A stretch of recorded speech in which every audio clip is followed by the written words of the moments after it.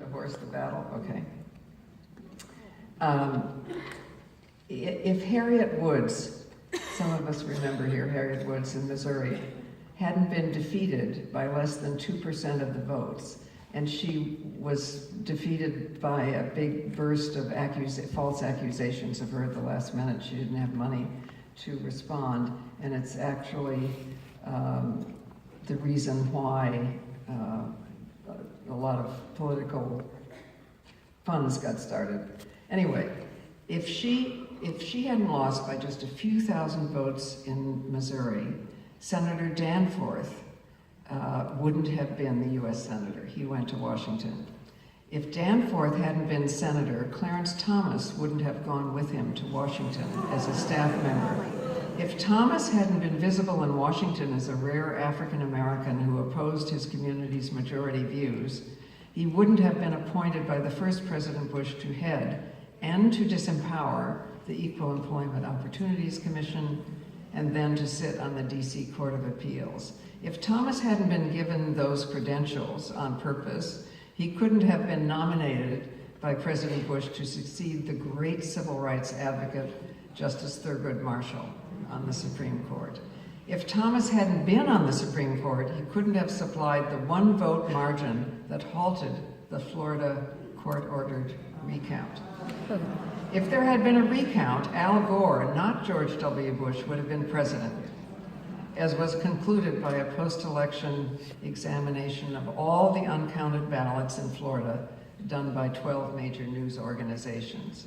Gore won the election, not Bush. If George W. Bush had not been president, the United States would have been way less likely to lose the world's sympathy after 9/11 by launching the longest war in US history, with more bombs dropped on Afghanistan during 14 years than in all of World War II, plus billions in tax dollars given to 20,000 private contractors and thousands killed and wounded on both sides. If Al Gore, not George W. Bush, had been president, global warming would have been taken seriously. Also, the United States would not have falsified evidence to justify invading oil-rich Iraq, thus starting an 8-year war, and together with Afghanistan, convincing some in Islamic countries that the US is waging war against Islam, which is, we are seeing now the results of.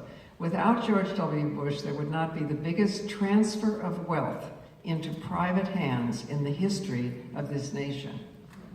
A pay ratio in which the average CEO earns 475 times more than the average worker. In Canada, it's 20 times.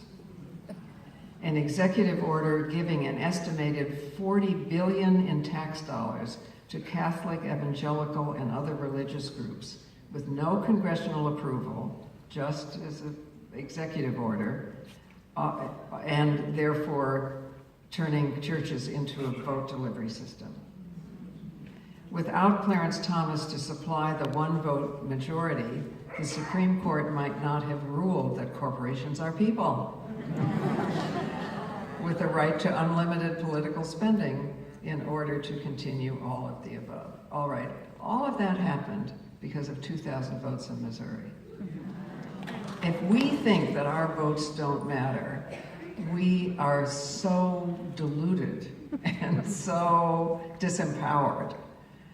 So I hope and pray that everybody here does not just vote, but fights to vote.